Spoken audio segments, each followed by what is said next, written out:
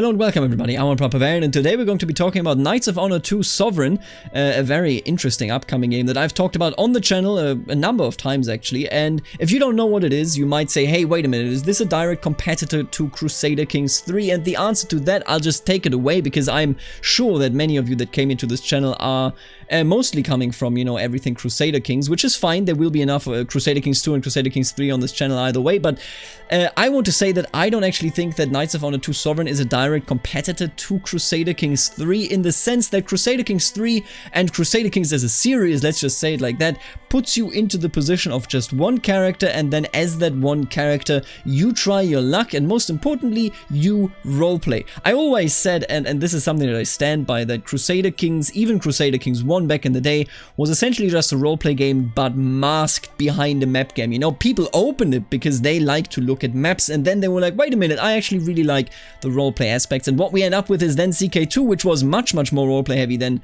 Crusader Kings 1, and then of course also Crusader Kings 3 with a much heavier focus on roleplay than Crusader Kings 2. So Crusader Kings 3 is clearly leaning into a direction, whereas Knights of Honor 2 and Knights of Honor 1 as well are much more arcadey. They're much more meant, you sit down one evening, you do a campaign, maybe half a campaign, but it doesn't take you much longer. Your campaign is practically over after that, because it's a much more expansion focused sort of thing. It's a thing of you building a realm for the purpose of building a realm, and not necessarily for you building your character and your dynasty.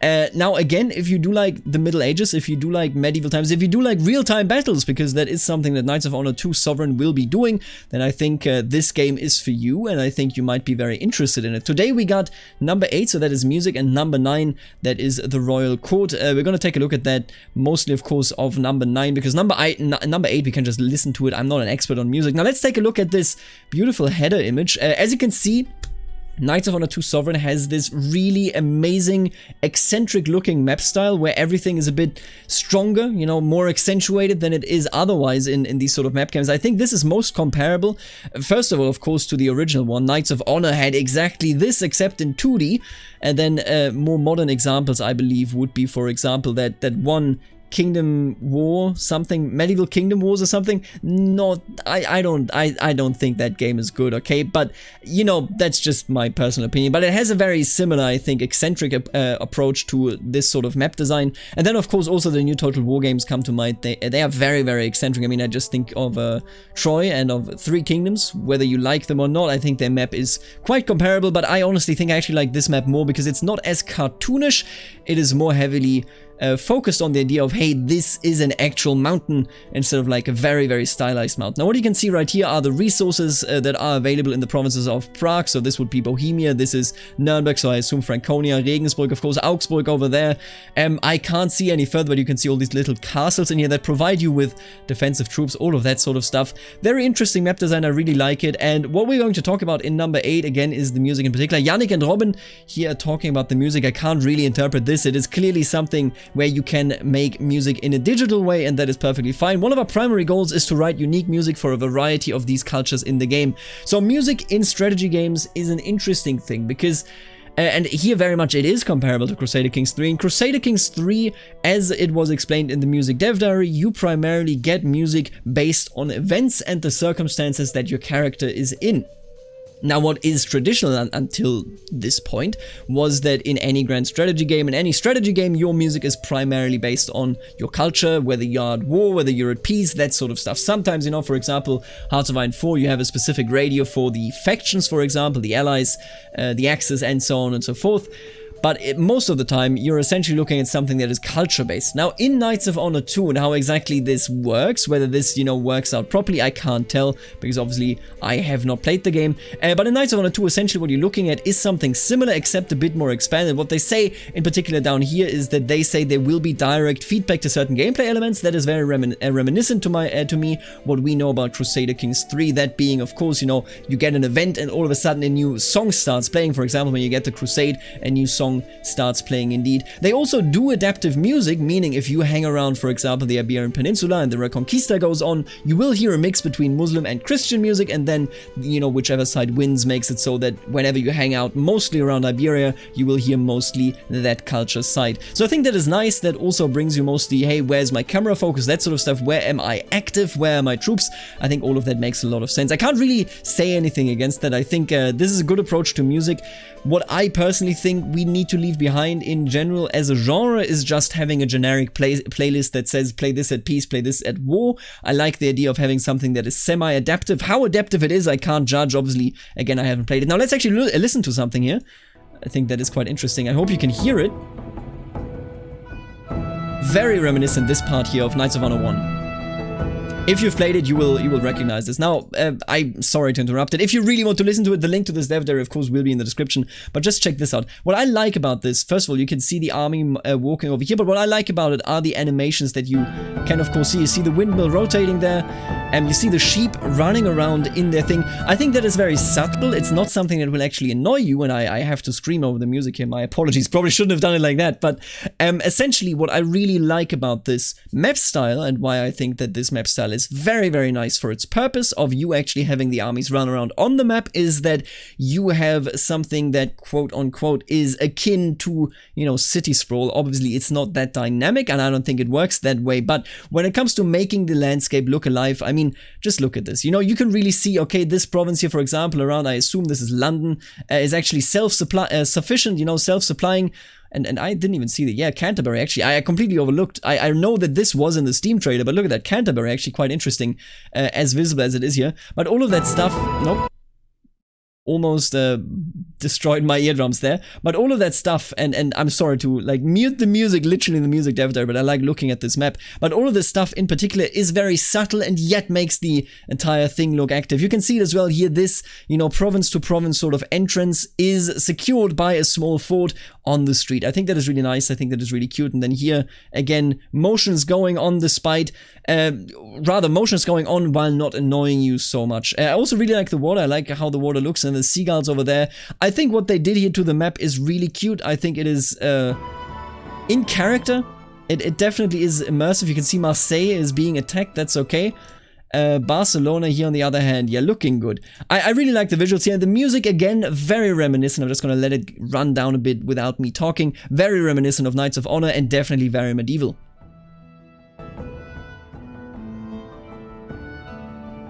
Yeah, I really like the music sound.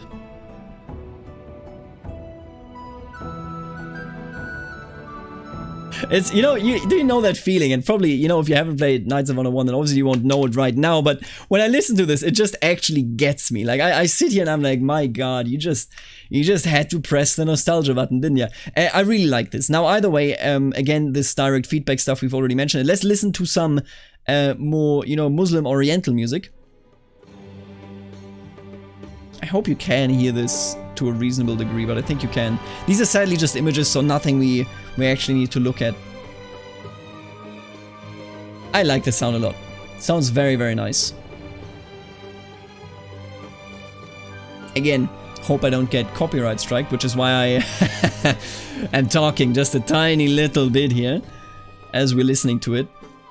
Again, go to the actual website if you want to listen to it yourself. But I'm a huge fan of this. I think what we can hear right here is quite calming. It's one of those, you know, it's one of those things where if you hang out in a game for hours and hours and hours, you need it to be so mellow, so calm, and yet it needs to be something that stays in memory. You know, the melody needs to be something that actually sticks in your brain, and I think these definitely have that down. Now, here they're talking about how they are using, you know, the different possible tracks and pagan tracks, etc., etc., and depending on how the region goes, that is what you sort of hear in those regions, which is very nice. Then, of course, they also go on, okay, we want to support the mood, and we are doing this by adding authentic traditional instruments to the score, as well as incorporate the famous L'Homme Armé, the armed man, melody, which is an actual authentic medieval tune, fitting perfectly to the game's theme.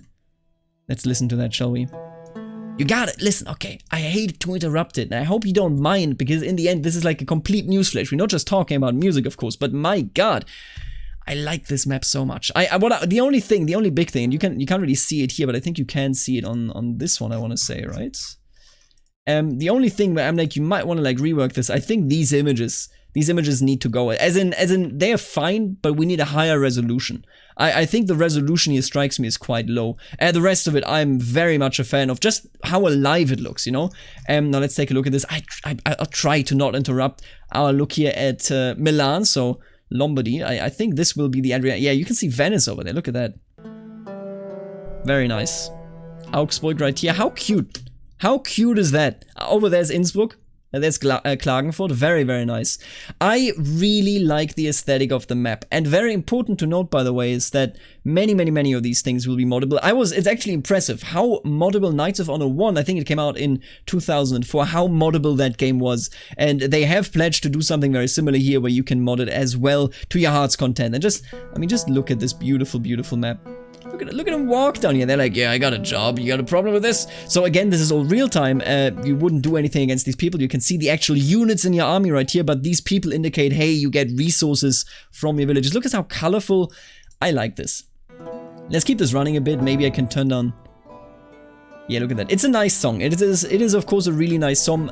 Now, everything that we're listening to here was digitally created. We're excited to use both orchestra and feature traditional instruments in our music, and we're planning to record with live musicians for the game, including some authentic soloists, which should be a real treat. That said, we didn't want to wait until our recording sessions to give our fans a taste of the music. Thank you. You know, of course, a bit disappointing. Well, not disappointing really, but it will always be nicer to, of course, listen to the finished thing. But at the end of the day, the music as we hear it is exactly how it should be for a medieval game. And by the way, here you can see Venice being attacked. You can see it a bit earlier right here. You can see it being sieged. So these are 2 siege units here.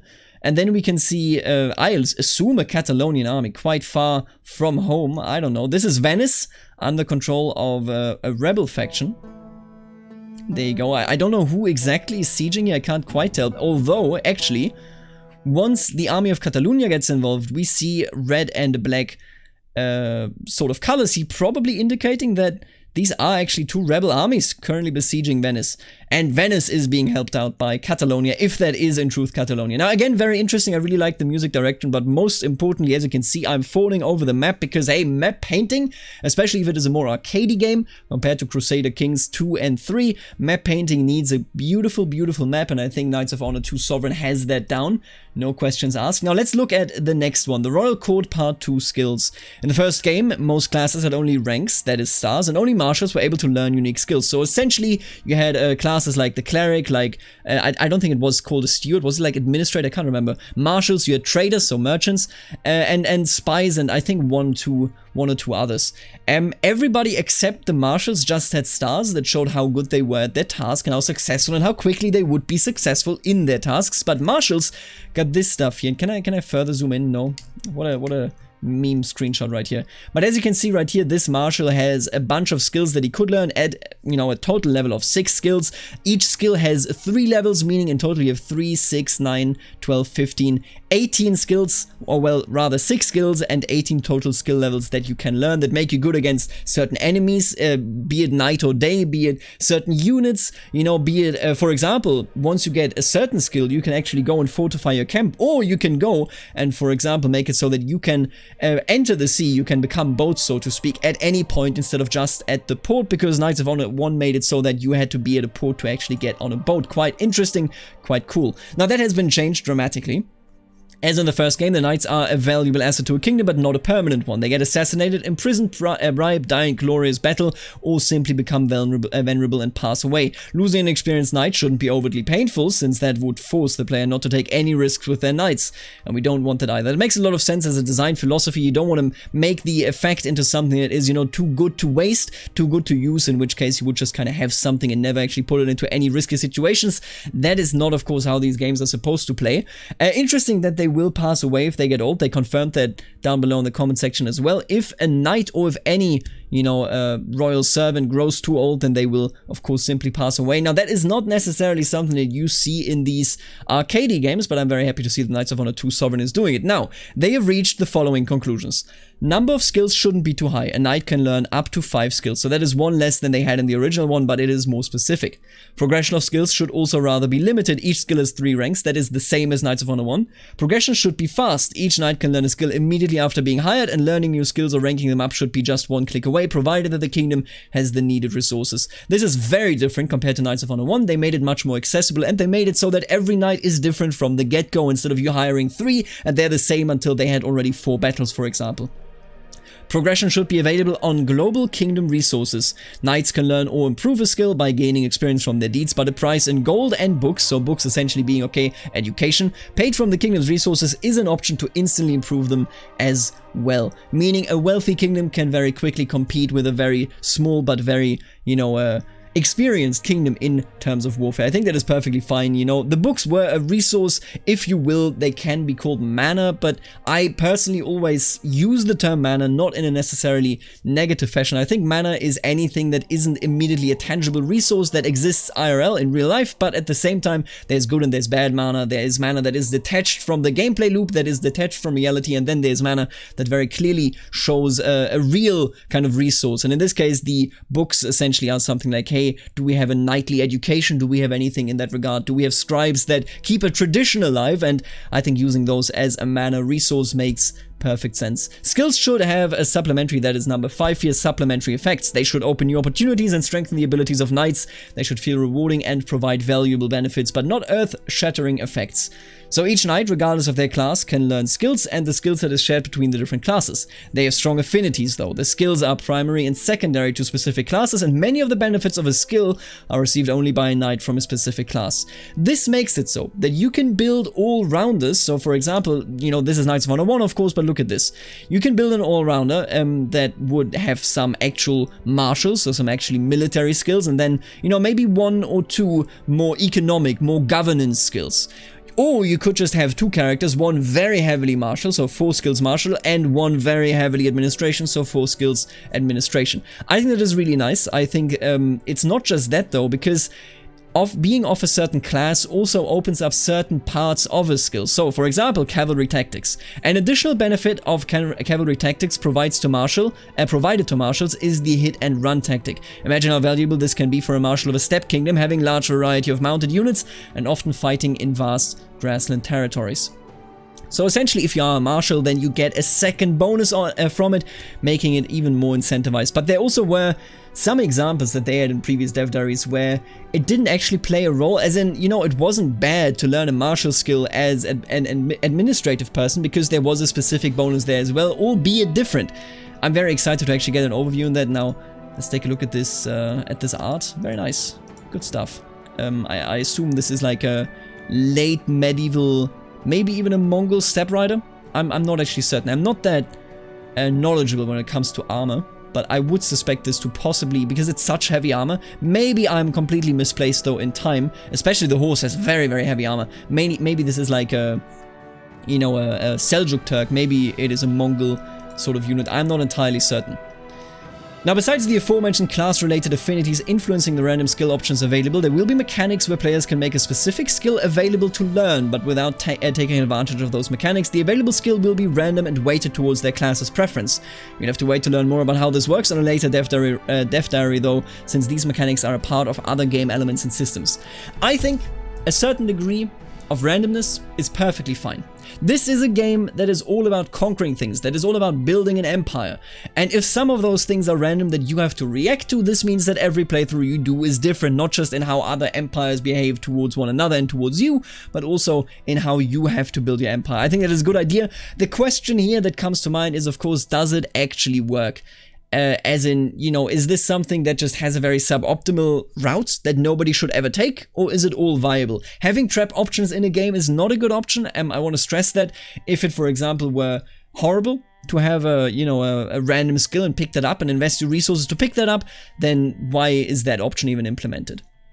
We don't know whether that will be the case though. I just want to stress that I think this could be going either way. I hope it goes well, but trap options in games, especially in strategy games, are one of the plights of man as far as I'm concerned. Now this picture is one of the more, can you say controversial? I mean, maybe. It's one of the more controversial ones, because essentially what we have right here are the characters in a very bad light. Quite literally. It is first of all very low resolution, which always sucks. This is, by the way, I assume why the map looks like this, that the image is just incredibly low resolution. This was what the characters were presented to us in an earlier dev diary, and I gotta tell you, I like these. I think these are nice. I think these work perfectly fine for their purpose of representing an agent in your court. I don't know what happened to the lighting here. I'm not a big fan. This is like an administrative guy, this is a merchant, this is a spy, a cleric, a marshal, administrative again, merchant, and spy. I don't know why the black background. I think it makes everything look so much worse. I've seen the justification. It's the Dark Ages, but to that I just can say please stop. It just looks bad. Don't do that, okay? I don't really want to focus too much on it though, because this is a beta, and I think it is good to have bad things in so that you can see the feedback once you talk about it, which they did right here. And once you see the feedback, you can kind of work that out. I think that the team behind this knows how their fans feel, and this probably hopefully won't be in the final version. In my opinion, it's just the background. I think the portraits are probably still fine. It's just that the background looks completely... It washes them out in a very negative way. Now anyway, here you can see some skills. Merchant Ulrich's affinities, traditions, and others. And these affinities are something that can be used by the merchant. Once learned, there are different effects a skill can have. Some provide statistical production bonuses, others increase chances of success when performing related actions. Many unlock specific abilities, effects, or even battle tactics. Usually a skill provides a combination of all these features with a variety of factors determining how useful it be for a knight. This depends not only on their class, but on other factors as well. For example, there are governor-related bonuses, or even some skill effects that only apply if the knight is a king himself. I think this is really cool. Now what we're looking at here right now is the bargain skill. It is primary to merchants and increases the gold from trade to merchants. Spies and diplomats can also learn this skill, of course, but their benefit is the cost reduction of certain actions, for example bribery and others. But if the knight is skilled in bargaining, governs a province, there will also be an additional gold income generated by the goods produced in that province, and if that character is a king, the price for hiring knights in the royal court will be significantly reduced. Now here's the deal. Let's skip over the portraits once more, because I think there's no point in talking about that.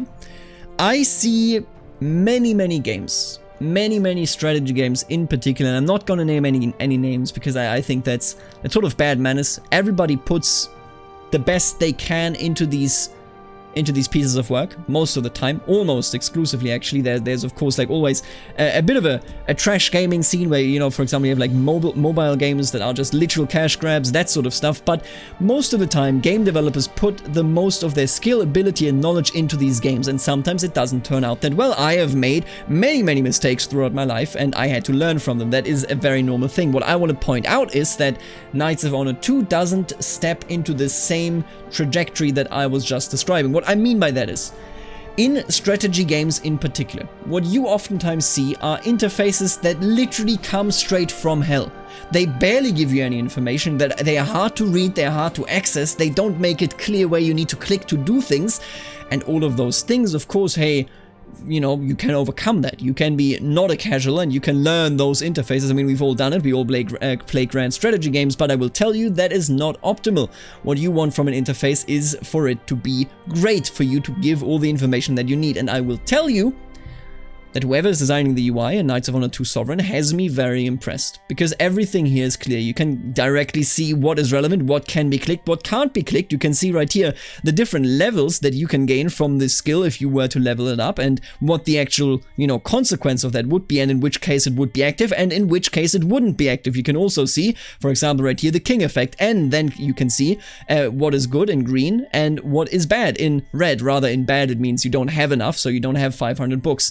This UI is very well designed. This is why I understand, you know, and why I wanted to bring up in particular, hey, I understand that like the portraits don't look that nice, but I really want to focus on the actual skill overview here, because that one is actually really good. The skill overview is totally in a really good state. What you can see right here is every piece of information that you need within a millisecond available to you. Again, many indie games have that problem, and it is rarely ever something where like a developer said, I'm going to cut corners, screw you player, I'm not going to develop something for you. Most of the time it is just the fact that developing a UI is hard and not everybody can do it, but this one looks good, and I want to stress that because this game, I think, will make or break itself based on how easy it can give you an entry into itself. If it's difficult to see how your actions react and what the world does in response to you choosing this skill, the game won't be a success. But if it is easy to see, it is an easy to get into medieval game of you conquering the world, well, Europe, and that sort of stuff. So I think this is really nice. I really want to stress that that is for me the highlight of this dev diary, because it really shows everything that you need to know within a couple of seconds. And that already brings us to this to the end of the dev diaries here. This part of the system is rather straightforward for modding and very powerful. So if you're fond of creating your own house rules, you'll be able to change a lot here and have some fun. Very nice. Again, Knights of Honor 1 already very, very moddable. Knights of Honor 2 Sovereign appears to be also moddable. Let me know what you think about Knights of Honor 2 Sovereign, about what you saw here today, about what you saw in the other dev diaries. And let me know what you think about when this game releases. Again, I feel like we're actually looking at 2021 with barely any news at this moment. These dev diaries are the only thing really that we're getting here, which is still fine. I don't mean to stress anybody out, but essentially, you know, every month or so we're getting a dev diary now. It is not very there's not a lot in terms of dev diaries. I'll just be out straightforward here with you. But I think that is fine. It is what it is. You can't really, you know, demand too much from an indie game, or rather, well, it's not an indie game, from a smaller studio like Knights of Honor 2 Sovereign under Black Sea Studios, right? Or is it Black Sea Games now? I think it's Black Sea Games, the modern developer. The old one, I'm 90% sure the old one. I can't actually see anywhere, but I'm pretty sure the old one was Black Sea Studios. But yeah, the way I see it, very interesting stuff. Actually good looking stuff, but again, fairly little information. I hope that we see more soon. Let me know what you think. And of course, as always, I would like to thank the members of the channel, namely the Barons, Stefan, the Pelted Achilles, Now, Know-How, Atana, Folding Phoenix, Jacob, the Musielago, Dan, Florian, MFV, Mitchell, Aaron, Stefan, Snywolf, Trengili, Valerius, Monster Furby, Jake, Clear, and then the 3 newest members, the Leopard, George, and Fonso FC Football Club. Thank you all, the Leopard, George, and Fonso FC, for becoming members of the channel and supporting the channel directly. Then, of course, also the Counts, Locked in Wombat, Shifty, Rex Romanorum, Kazen, and Mujan, and last but not least, the absolutely gorgeous Dukes. That is Eric, Kiriana, Goodfield, Nathan, Jack, Kenneth, Lex, Solarius, Larry, Soloing Pixie, Thomas, and I believe I already thank you for joining, but Nick, thank you for becoming a Duke yet again. If you also want to become a member of the channel and support the channel directly and what I do, then check out the join button right underneath the video. With that being said, thank you for tuning in, and later, alligator.